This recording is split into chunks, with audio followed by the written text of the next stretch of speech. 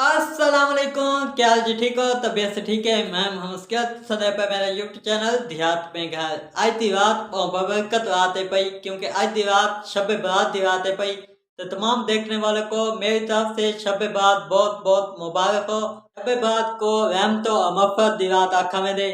ये वो रात है जिसमें अल्लाह ताला बंदों की दुआएं कबूल करता है और गुनाहों की माफ़ी अता करता है। हमें चाहिए कि इस रात को ज़्यादा से ज़्यादा इबादत में गुजारें। और शब बारात की शाम को हमारे गांव में हर घर में मीठा बनाया जाता है।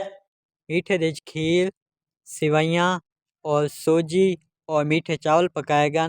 तो सन खाने साथ बिस्मिल्लाह या तो मैं कल्ले कल्ले आप ही खाना पिया। दुआ है कि अल्लाह ताला इस बरकत रात के सदके हमारे गुनाहों की माफ़ी अता फरमाए और आइंदा हमें नेक काम करने की तौफीक अता फरमावे।